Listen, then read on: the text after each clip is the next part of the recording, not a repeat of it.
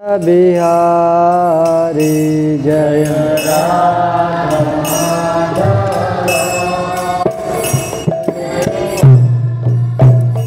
जय राधा माधव कुंज बिहारी जय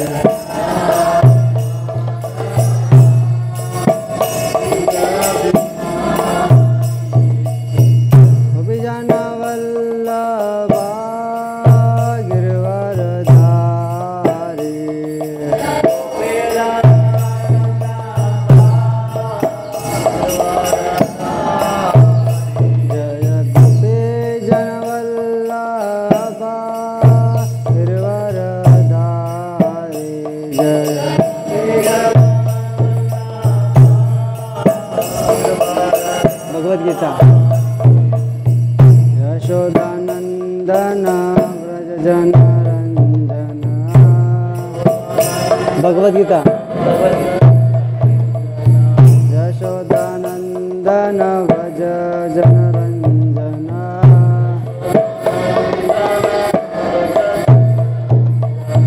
यमुना तेरा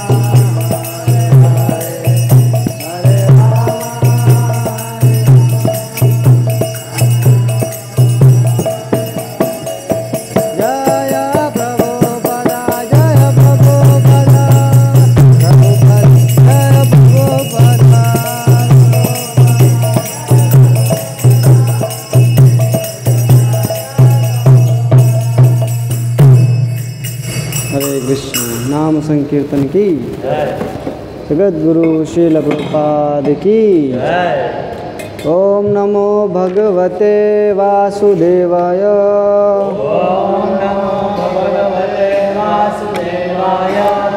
ओम नमो भगवते वासुदेवाय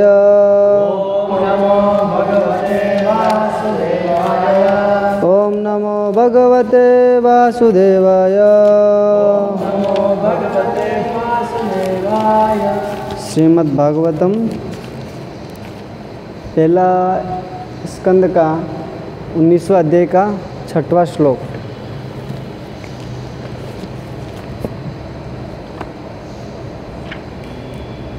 यावे लसत श्री तुलसी विमिश्र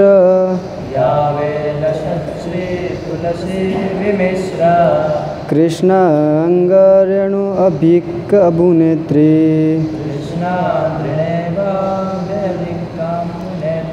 पुनते लोकान् अभयत्र ईशान कस्तां न सेवत मरीष्यमाण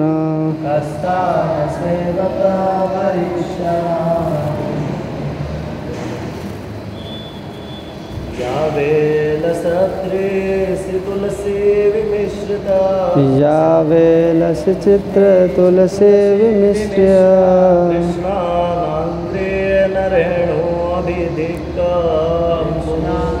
कृष्णार रेणु अभिनेत्र कंबुनेत्री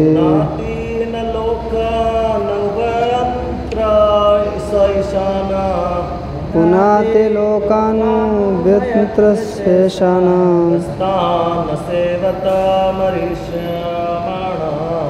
कस्ताम न सेवत मरीषमाण।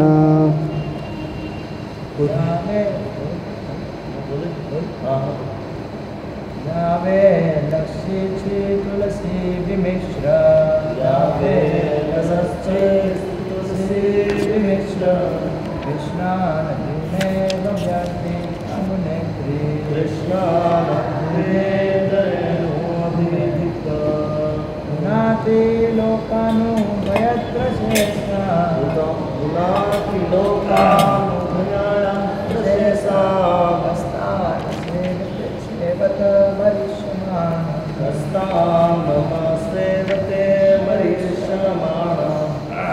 हरे कृष्ण। सभी लोग मेरे पीछे बोलिए। या जो नदी वे सदा लसत प्रावित श्री तुलसी तुलसी दलों से मिश्रित कृष्ण अंग भगवान श्री कृष्ण के चरण कमल की रेणु धूल अत्यधिक शुभ अम्बु जल नेत्री वहन करने वाली पुनाति पवित्र करता है लोकान लोकों को अभ्यत्र ऊपर नीचे अथवा अंदर बाहर दोनों स ईशान शिव सहित अन्य कोई ताम उस नदी को नहीं सवेत पूजा करते हैं मरीषाणाम आसन मृत्यु वाला। अनुवाद। यह नदी गंगा जिसके किनारे राजा उपवास करने बैठे थे अत्यंत शुभ जल धारण करती है जिसमें श्री भगवान के चरण कमलों की धूल तथा तुलसी दल मिश्रित रहते हैं। अतः यह जल तीनों लोगों को अंदर बाहर से पवित्र करता है और शिव तथा अन्य देवता लोगों को भी पवित्र करता है। अतः जिसकी मृत्यु निश्चित हो उसे इस नदी की शरण ग्रहण करनी चाहिए। तात्पर्य श्रील प्रभुपाद जी के द्वारा जगत गुरु श्रील प्रभुपाद की। महाराज परीक्षित 7 दिनों के अंदर अपनी मृत्यु की सूचना पाते ही तत्काल ग्रस्त जीवन से निवृत्त हो गए और यमुना नदी के तट पर चले गए। सामान्यतया यहाँ कहा जाता है कि राजा ने गंगा नदी के किनारे शरण ली थी, लेकिन श्रील रूप गोस्वामी के अनुसार राजा ने यमुना के तट पर शरण ग्रहण ली थी। भौगोलिक स्थिति की दृष्टि से श्रील जीव गोस्वामी का कथन अत्यधिक सटीक प्रतीत होता है। महाराज परीक्षित अपनी राजधानी हस्तिनापुर में निवास करते थे, जो वर्तमान दिल्ली के निकट स्थित है, और यमुना नदी इस नगर के पास से ही होकर बहती है। स्वाभाविक है कि राजा यमुना नदी के तट पर शरण ग्रहण करेंगे, क्योंकि यह नदी उनके महल के द्वार से होकर बह रही थी। और जहाँ तक पवित्रता की बात है, यमुना नदी गंगा नदी की अपेक्षा भगवान श्री कृष्ण के अत्यधिक प्रत्यक्ष रूप से संबंधित है। श्री भगवान ने इस जगत में अपनी दिव्य लीला के प्रारंभ से ही यमुना नदी को पवित्र बनाया। जब उनके पिता वासुदेव बालक श्री कृष्ण को लेकर यमुना पार करके मथुरा से गोकुल ले जा रहे थे, तब श्री भगवान इस नदी में गिर पड़े थे और श्री भगवान के चरण कमल की धूलि का स्पर्श पाकर वह तुरंत ही पवित्र हो गई। यहाँ पर विशेष उल्लेख है कि महाराज परीक्षित ने उस विशेष नदी की शरण ग्रहण की, जो सुंदर ढंग से बह रही थी और तुलसी दल से मिश्रित श्री भगवान के चरण कमलों की धूलि लिए जा रही थी। श्री भगवान श्री कृष्ण के चरण कमल सदैव तुलसी दल से विभूषित रहते हैं। अतः जो ही उन्हें उनके चरण कमल गंगा तथा यमुना नदी के जल को स्पर्श करते हैं, तो ही नदियाँ पवित्र हो जाती हैं। लेकिन श्री भगवान ने गंगा की अपेक्षा यमुना का ही अधिक स्पर्श किया। वरा पुराण के अनुसार, जैसा कि श्रील जीव गोस्वामी ने उद्धृत किया है कि गंगा तथा यमुना नदियों के जल में कोई अंतर नहीं है, किंतु जब गंगा का जल 100 गुना पवित्र हो जाता है तो वह यमुना कहलाती है। इस प्रकार शास्त्रों में कहा गया है कि श्री विष्णु के 1000 नाम श्री राम के 1 नाम के बराबर है और श्री राम के 3 नाम श्री कृष्ण के 1 नाम के तुल्य है।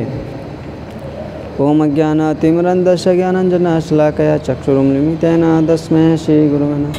श्रीचैतन्यमनोभीष्टं स्थापितं येन भूतले स्वयं रूपा कदा मह्यं ददाति सवदिगम्। वन्देऽहं श्रीगुरु श्रीयुतपदकमलं श्रीगुरून् वैष्णवांश्च श्रीरूपं साग्रजातं सगणरघुनाथं तं सजीवं सावधूतं परिजनसहितं कृष्णचैतन्यदेव श्री राधा कृष्ण पादा सगण ललिता श्री विशाखं तं च नमो विष्णुपादाय कृष्ण पृष्ठाय भूतले श्रीमते भक्ति वेदांत स्वामीति नामिने नमस्ते सरस्वती देवी गौरवाणी प्रचारिणे निर्विशेष शून्यवादी पाश्चात्य सतारिणे हे कृष्ण करुणा सिंधु दीनबंधु जगतपते गोपेशु गोपिका कांता राधा कांता नमस्तते तप्त कांचन गौरांगी राधे वृंदावनेश्वरी वृषभानुसुते देवी प्रणमामि हरिप्रिये पंचाकल्पतरुभ्यश्च कृपा सिन्धुभ्यैव च पतितानां पावनेभ्यो वैष्णवेभ्यो नमो नमः। श्री कृष्ण चैतन्य प्रभु नित्यानंद श्री अद्वैत गदाधर श्रीवासादि गौर भक्तवृंद हरे कृष्णा कृष्णा कृष्णा हरे हरे हरे राम राम राम हरे कृष्णा। तो यहाँ पे बहुत ही मुख्य जो 2 नदियाँ हैं उन सब का वर्णन किया हुआ है।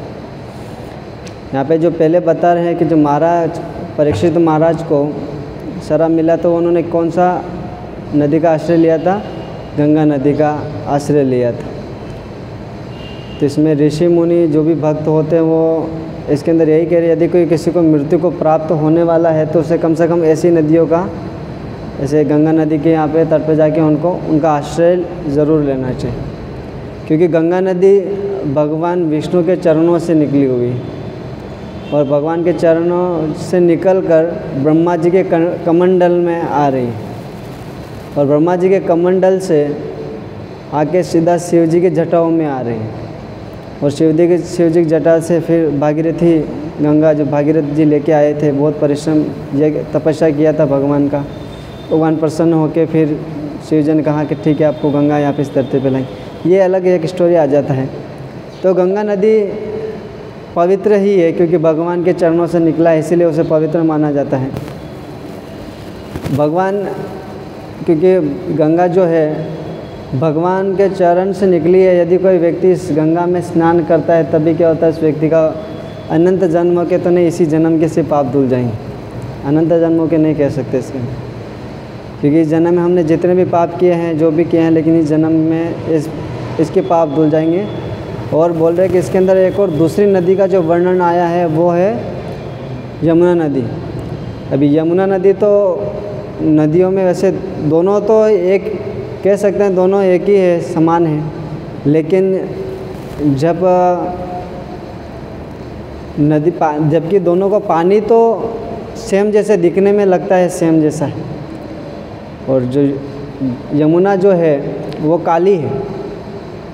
कहते हैं यमुना मैया कारी कारी, राधा गोरी गोरी। तो यमुना मैया क्या है? काली है, और गंगा कौन सी है? गोरी है। तो एक बार गंगा के और यमुना के बीच में चल रहा है संवाद, तो उनसे पूछा कि यमुना आप इतने काली क्यों हैं? तो बोले कि आप जैसे कि अभी देखिए वृंदावन में धूप बहुत सारा गिरता है, वृंदावन में बहुत सारा धूप गिरता है। यदि कोई किसी को धूप में भी खड़ा कर दे तो क्या करेंगे? उसको वो पानी क्या होगा? काला हो जाएगा। तो बोले चाहे कोई भी व्यक्ति हो, अगर उसे धूप में खड़ा कर दे तभी क्या होगा? उस व्यक्ति को काला हो जाएगा व्यक्ति। तो बोलता है कि मैं तो यमुना हूँ। एक यमुना मैया सिर्फ एक छुपाने के लिए कह रहे। तो बोले कि ये नहीं हो सकता। ये बोले कि नहीं, ऐसे बोले कि कई लोग होते हैं जो धूप में रहते हैं तो वो काले हो जाते हैं। तो बोले कि नहीं, ये इसके पीछे का राज नहीं, कुछ और विशेष है इसके पीछे, हम जानते हैं लेकिन आप बता नहीं रहे हो, आप कुछ न कुछ छुपा रहे हो हमसे। तो यमुना मैया फिर बोलती है कि मैं काली इसलिए हूँ क्योंकि मेरे जो प्रभु है, मेरा आराध्य है और कृष्ण है, वो श्याम वर्ण के, और श्याम वर्ण के हैं तो क्या है कि वो भी काले हैं तो मैं भी काली हूँ।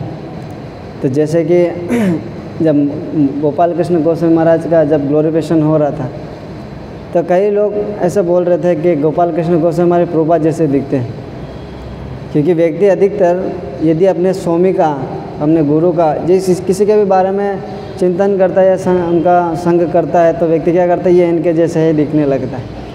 तो यमुना मैया काली ही है क्योंकि वो भगवान कृष्ण के जो श्याम वर्ण के हैं, जो उनका स्मरण करते हैं, इसीलिए वो काली रहे गई और काली माना गया। और बोल रहे कि यमुना मैया इतनी पवित्र है, यदि कोई इस यमुना में एक बार भी स्नान भी कर लेता है ना, उस व्यक्ति को या नरक जाने का नहीं पड़ता है, नरक जाना नहीं पड़ता है। क्योंकि यमुना और यमुना में एक बार स्नान करने से आपको नरक जाने का है ही नहीं, क्योंकि यमुना जो है वो यमराज की बहन है। यानी कि एक बार जिसने यमुना में स्नान कर लिया, यानी कि क्या किया? सीधा यमुना माया के गर्भ में प्रवेश कर दी, और गर्भ से वापस हम बाहर निकलते तो हो क्या हुए? यमुना मैया के हम क्या हो गए? पुत्र हो गए, और पुत्र हो गए तो यमराज जी हमारे क्या हो गए? मामा हो गए। और मामा जो होते हैं वो कभी भांजे को नरक ले जाएंगे? कभी नहीं हो सकता। तो यमुना मैया में स्नान करने से उसको यमपुरी में जाने का अवसर नहीं मिलता, क्योंकि यमुना मैया कोई साधारण नहीं है। इसमें बताया गया कि मैं थोड़ा भटक रहा हूँ, क्योंकि ऐसा कि जैसे कि अगर हम कितने भी पाप किए, अगर यमुना में स्नान कर ले तो हमारे क्या अनंत जन्मों के पाप धुल गए, क्योंकि ये यमुना है जो कोई साधारण नहीं है। क्योंकि ये जो निकली है गोलोक धाम से निकली है, और गोलोक धाम से फिर ये स्वर्ग लोग इन सब से बहती बहती वापस आ रही है। और आप सब जानते हैं कि सातों समुंदर है, वो 7 समुंदर कौन है? ये यमुना के ही पुत्र है, और पुत्र होने के बावजूद भी वो यमुना 7 समुंदर को पास में बहती भी जाती है, उनसे मिलती हुई भी 7 समुंदर में जाती है, लेकिन उनके अंदर मिलती नहीं है यमुना कभी नहीं मिलती। लेकिन क्या है कि चलो ठीक है, जाते जाते हैं अपने पुत्र से भी मिलते जाए। तो ये 7 पुत्र है, यमुना के ही पुत्र हैं, और यमुना देवी इन सब से मिलती वापिस स्वर्ग लोग, ब्रह्मा लोग, श्री लोग, ये सब होके वैकुंठ होके सीधा फिर गोलोक धाम में प्रवेश कर जाती है। जहाँ से निकली वहीं पर प्रवेश कर जाती। तो यमुना मैया स्वयं राधा रानी ने इसे प्रकट किया, क्योंकि जब राधा रानी इस भूलोक पे प्रकट होने वाली थी, कृष्ण दोनों प्रकट होने वाले थे, तो कृष्ण तो आ ही रहते हैं, लेकिन राधा रानी से भी क्या कहा कि आप भी चलो हमारे साथ। तो बोले कि मैं नहीं आऊँगी। बोले क्यों नहीं आऊँगी? कि बोले कि गोलोक में तो यहाँ पे तो गोवर्धन है, यमुना मैया है, और तो मैं छोड़ के कहाँ जाऊँगी? और सबसे पहली बात तो वृंदावन है ही नहीं वहाँ पे, ब्रज वृंदावन तो है नहीं, तो मैं उस मृत्यु लोक पे जाके करूँगी क्या? तो फिर राधा रानी कहा कि अगर आप इस मृत्यु लोक पर वृंदावन और यमुना और गोवर्धन ये तीनों होंगे तो मैं आ जाऊँगी। तो बोले इतनी ही बात है? तो बोले ठीक है। तो फिर भगवान ने इस ब्रज जो वृंदावन बनाया है, ये भगवान ने स्वयं ने बना है, ये किसी ब्रह्मा जी ने नहीं बनाया। और फिर उसके बाद उन्होंने गोवर्धन का भी किया, और गोवर्धन के बाद यमुना भी आई, और यमुना में फिर आई तो फिर बोले राधा रानी बोले कि ठीक है अभी हम आएंगे।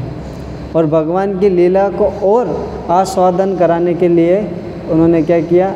वो लीलाएँ की। अन्य सारी ऐसा लीला की है जो कि यदि कोई व्यक्ति उसे सुन भी ले तभी क्या करेगा, उसे अनंत काल से उनका क्या है, जन्म मृत्यु रूपी चक्कर से वो बच सकता है और भगवान के धाम चला जाएगा। यदि कोई भगवान की लीला श्रवण भी करता है तभी क्या करेगा, ये व्यक्ति क्या करेगा, जन्म मृत्यु रूपी सागर से बाहर निकल जाएंगे। और यमुना देवी इतनी पवित्र है क्योंकि एक बार तो क्या है कि गंगा तो भगवान के चरणों से निकली है, लेकिन यमुना तो ऐसी है कि भगवान ने वहाँ पे निरंतर लीला की है। ऐसा नहीं कि यहाँ पे सिर्फ एक बार ही किया। भगवान ने जैसे ही जन्म लिया तो सबसे पहले तो उन्होंने क्या किया, इस यमुना को अपने, जब यमुना देवी को जब वो पार कर रहे थे, जन्म हुआ तब मथुरा में, और पार कर रहे थे तो यमुना देवी देखे कि मेरे प्रभु आ गए हैं, तो क्या किया, और वो बहुत तेज़ बहने लगी। और तेज़ बहने लगी तो वासुदेव सोचने लगे कि अभी मैं तो इस तेज़ नदी में कैसे पार करूं, अगर नहीं पार किया तो क्या होगा कि कंस मेरे पुत्र को मार देगा। इस प्रकार से वो विचार कर रहे थे। तो बोले जो भी है उधर ही मरना है, इधर ही मरना है। तो बोले कि जैसे ही बोले कि यमुना में चलते, अगर बह गए तो ठीक है, नहीं बहे तो पार कर देते, सीधा हम वृंदावन पहुंच जाएंगे। तो मथुरा से जैसे ही वो अंदर, जैसे उस नदी को पार करने का जैसे अपना कदम रखा तो तुरंत यमुना नदी तुरंत अपना दो भाग में बट गई, और दो भाग में बटने के बाद यमुना का पानी सिर्फ इतना इतना रह गया। और इतना इतना रहने के बाद जो वासुदेव है वो क्या करने लगे, आसानी से उस नदी को पार करने लगे। और पार करने लगे तो यमुना देवी तुरंत और ऐसे उछल रही थी, मतलब ऐसे ऊपर होने लग जाती थी।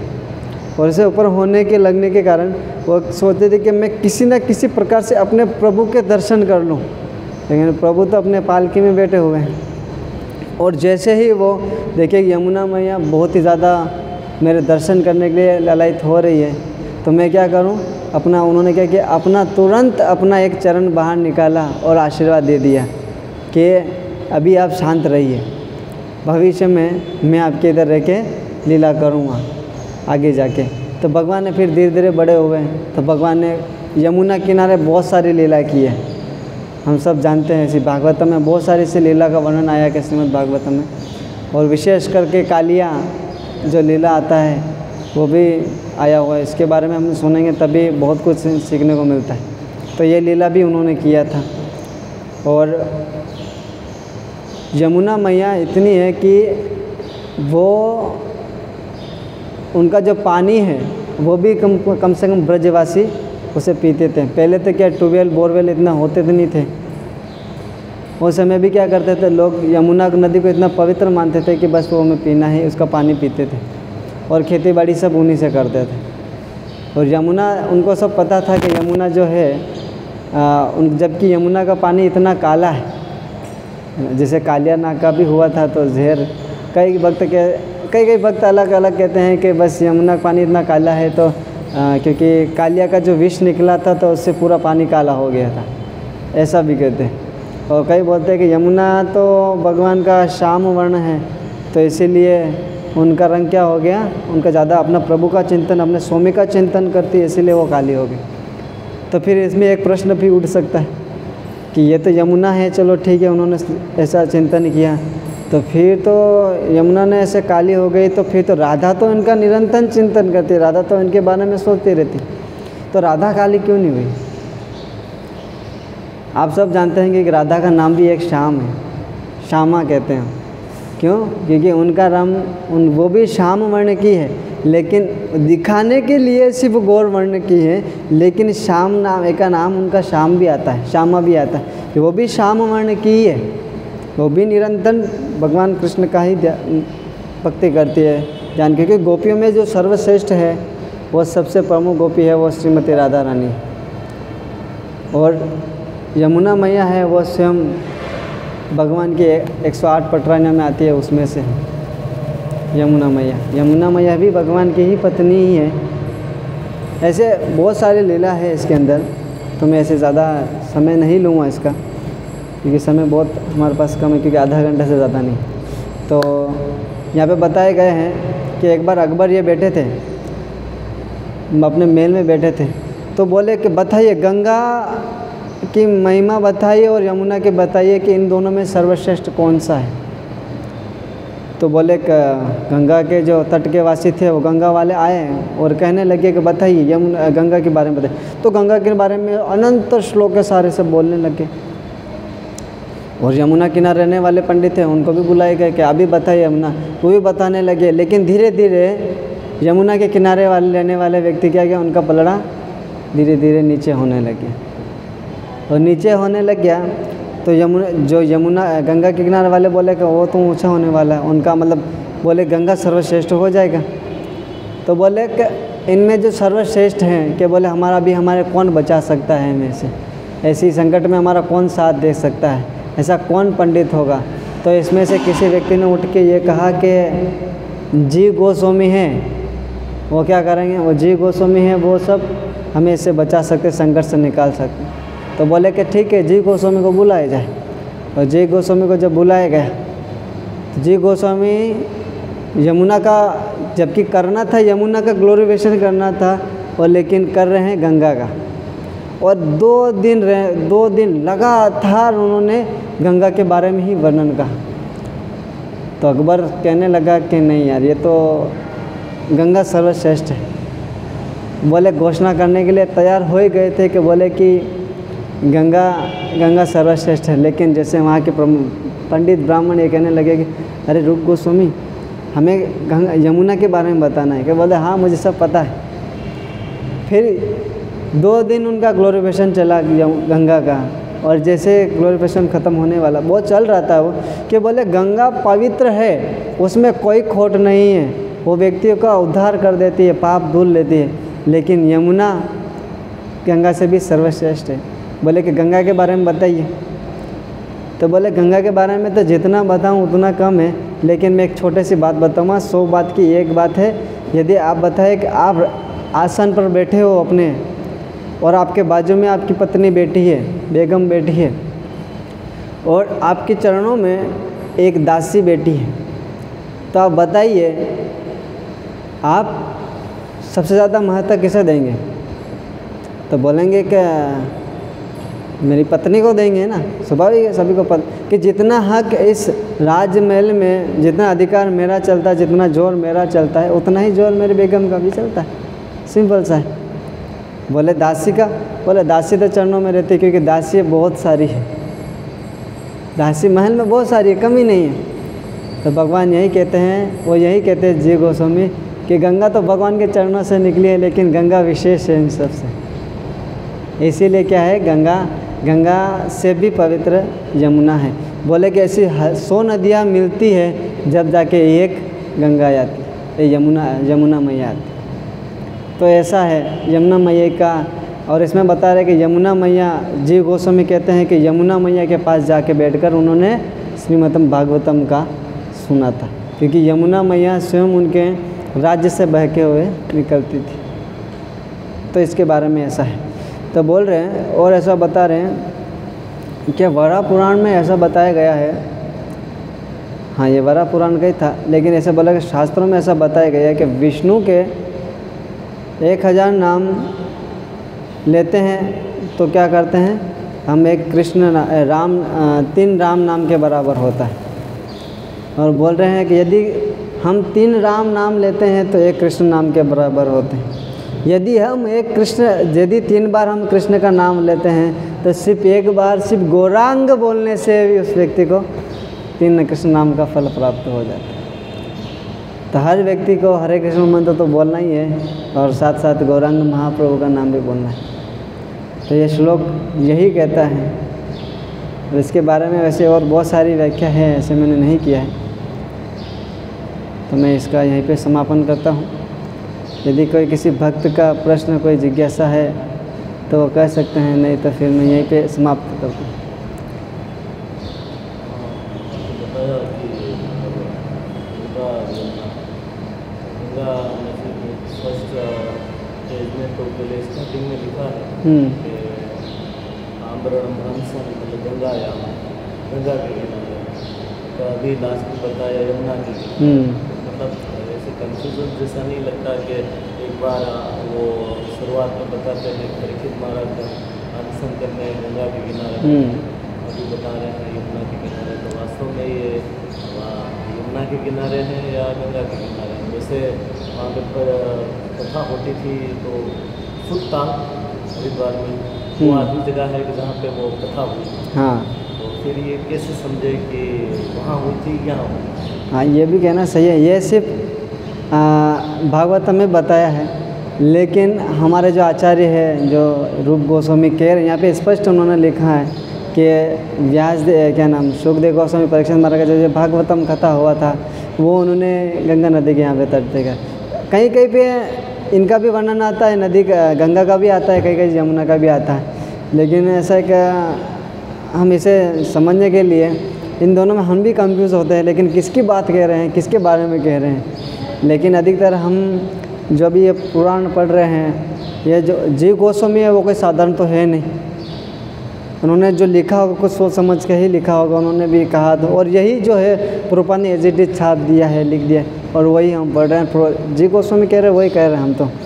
इसमें मेरे हृदय से, मेरे मन से और मैं ऐसे किसी का अनसुना ये नहीं कह रहा हूँ, क्योंकि इसके अंदर स्पष्ट कहना है कि जी गोस्वामी के उन्होंने गंगा नदी और यमुना नदी की दोनों के बारे में चर्चा किया। क्योंकि कहा जा सकता है कि यमुना गंगा दोनों एक तरह से सेम ही है, इनमें कोई फ़र्क नहीं है। भौतिक दृष्टि से देखें तो दोनों सेम ही दिखेंगे, क्योंकि पानी भी सेम है, वो भी सेम है, वो भी बहती है, ये भी बहती है, कुछ अलग नहीं है। लेकिन ये दोनों है ही भगवान के पवित्र नदियाँ, क्योंकि भगवान जिनको भी एक बार छू लेते हैं वो पवित्र हो जाते हैं, आध्यात्मिक हो जाते हैं, है ना। जैसे कि एक बार क्या हुआ कि जब भगवान क्या नाम उनसे उनका नाम मैं भूल रहा हूँ, साखर का नाम, क्या नाम है उसका? नहीं, कबीर क्या ऐसा कुछ है। तो बोले कि जब श्रीमद् भागवतम बोले कि अगर हमें कुछ मनुष्य जीवन मिला है तो हमें कम से कम ऐसा जन्म मिले कि पशु योनि में भी मिल जाए, गाय का जन्म मिल जाए तभी कोई दिक्कत नहीं, लेकिन मिले ब्रज में। और ब्रज में अगर यदि कृष्ण ने एक बार तो रस खान थे तो वो कहने लगे कि अगर हमें अगर बछड़े का जन्म या गाय का जन्म मिल जाए वृंदावन में तो भी कोई दिक्कत नहीं, हमें मनुष्य जीवन चाहिए नहीं। तो बोले कि यदि गाय का जन्म मिल गया है, अगर उसमें भी अगर कृष्ण ने एक बार भी स्पर्श कर लिया है तो फिर क्या पशु योनि, क्या मनुष्य योनि। तो नदियों में ऐसा कोई नहीं, भगवान ने स्पर्श जिनको कर लिया तो फिर क्या गंगा क्या यमुना। एक और प्रश्न, हाँ, एक और जैसे आपने बताया कि कृष्ण का हम भजन करते हैं तो जैसे गंगा निकाले हम गाय देखते हैं कि हम स्कोर वाले आगे नहीं होते, गोरे होते हैं, क्या कारण है गोरे? ऐसा नहीं होता, उन्होंने चिंतन किया इसीलिए। ये तो मैं भी सुना है, क्योंकि ऐसा कहते हैं कि उनका ज़्यादा चिंतन करता तो व्यक्ति क्या करता है, उनके जैसे हो जाता है, थोड़ा थोड़ा मैच होने लगता है। जैसे का वैसे सही है, गलत नहीं है। हाँ, मतलब हम तो देखते हैं ना महाराज में गुरु के फोटो देखो और आज के देखो तो दो अलग है। हाँ, बहुत सारे डिवोटी लोग हैं, ब्रह्मचारी लोग हैं जो चमकते रहते हैं, क्या हम भी देखते हैं हमारे मतलब ये तो ऐसा हो सकता है, क्योंकि ये भी ये चिंतन करे तो हो सकता है, ऐसा नहीं हो सकता है। लेकिन उसमें क्या उनका यमुना मैया है, वो कोई साधारण तो है नहीं, भगवान ने उन्हें प्रकट किया है। तो अधिकतर तो भगवान से जो निकले हैं, अधिकतर भगवान के जो अपना विस्तार करते, जो भगवान के अधिकतर निकट होते हैं वो भगवान के जैसे दिखने लगते हैं। उदाहरण के लिए देखा जाए तो भगवान कृष्ण के जो क्या नाम था उनका, उद्धव जी भी भगवान के जैसे सेम टू सेम दिखते थे। और राधा रानी से जिनका विवाह हुआ था अभिमन्यु भी सेम टू सेम मतलब कृष्णा जैसे ही दिखते थे। क्या थोड़ा सा फ़र्क होता था, किसी के नयन कृष्ण जैसे नहीं मिलते थे, तो किसी की आवाज़ उनके जैसे नहीं मिलती थी, तो किसी के चाल कृष्ण के जैसे नहीं मिलते थे, लेकिन होते तो सेम टू सेम जैसे ही होते हैं। और जैसे कि हमें देखा जाए तो अभी भागवत में उसका एक स्टोरी आता ही है, जो अपने आप को वासुदेव बताने लगता था। वो भी पौंड्रक भी कृष्ण जैसे ही दिखता था, लेकिन कुछ गुण नहीं मिलते थे, क्योंकि कृष्ण का चिंतन पौंड्रक भी करता था, वो भी पौंड्रक कृष्ण जैसे ही दिखता था। तो कृष्ण का जो चिंतन करता है तो कृष्ण जैसे भी आधे दिखने लग जाते आधे लोग, लेकिन कृष्ण के कौन सा रूप का चिंतन कर रहे हो उसके बारे में भी ज़रूरी है, पॉइंट बातें है। तो ऐसा है।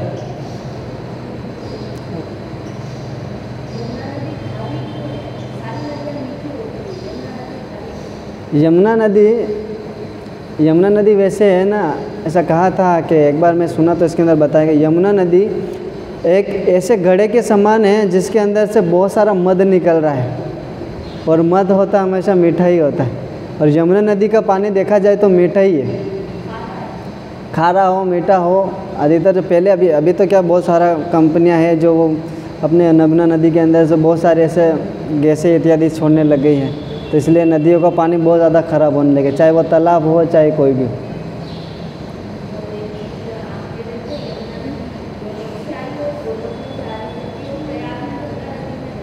यमुना नदी सातों समुद्र से मिलती हुई वापिस स्वर्गलोक, ब्रह्मलोक, शिवलोक, वापिस वैकुंठ से अपने धाम वापिस गोलोक में चली जाती। वो उनका कहीं स्टॉप नहीं है कि बस वहीं पे रहेगी। जैसे गंगा नदी है, वो क्या कर रही है, भगवान के चरणों से बह रही है, बहती बहती। हमने देखा होगा कि बंगाल में एक स्थान है जिसे बोलते गंगा सागर बोलते हैं, वहाँ से बह रहे, जबकि समुंदर और गंगा दोनों एक ही जगह है, लेकिन वहीं से गंगा सागर से ही यह गंगा नदी है जो वो क्या कर रही, पाताल लोक में जा रही। और पाताल लोक में कहाँ जा रही है, क्या नाम, बलि महाराज के इधर जा रही।